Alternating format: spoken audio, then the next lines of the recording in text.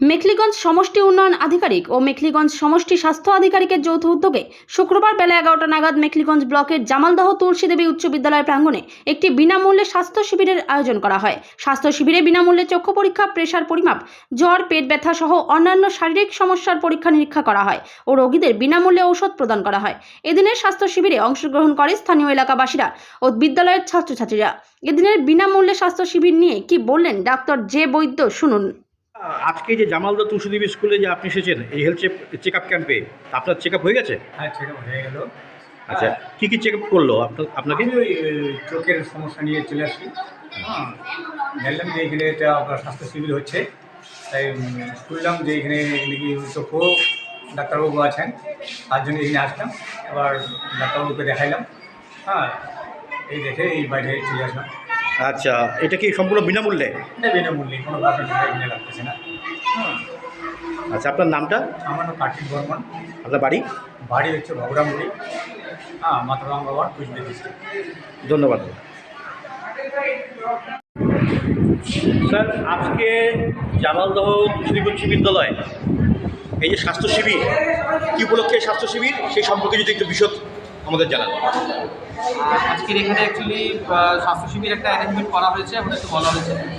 আমাদের যে বিএমইউ সাহেব আছেন, আমাদের চ্যাংরাবান্ধা হাসপাতাল, চ্যাংরাবান্ধা বিপিএসসি এবং মেখলিগঞ্জ যে বিডিও অফিস আছে, তাদের জয়েন্ট কোলাবোরেশনের পক্ষ থেকে বেসিক্যালি এই স্বাস্থ্য শিবিরের অ্যারেঞ্জমেন্ট করা হয়েছে জামালদার এই অঞ্চলে।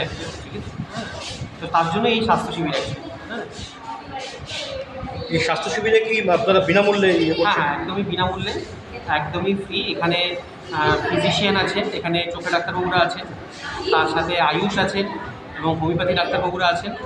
হ্যাঁ, তার সাথে আমাদের sister, nursing staff, group staff সবাই আছে এখানে। ভালো চলছে মোটামুটি। এখনও পর্যন্ত পেশেন্ট লোড অনেকই হয়েছে।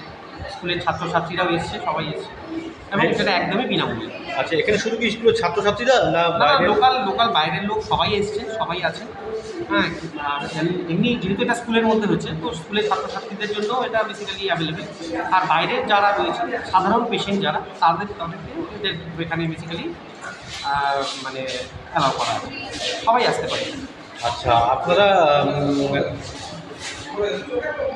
মানে কত অবধি আপনাদের ক্যাম্প চলবে? মোটামুটি আশা করছি দুপুর 2-3টে পর্যন্ত চলবেই। পেশেন্ট যেরকম থাকবে, আর যদি পেশেন্ট লোড খুব ভালো থাকে তাহলে আমরা কন্টিনিউ চালিয়ে যাবো। হ্যাঁ, সারাদিনের ক্যাম্প চলবে। যদি পেশেন্ট লোড সেরকম না থাকে তাহলে মোটামুটি 2-3টে পর্যন্ত চলবে আশা করা যায়।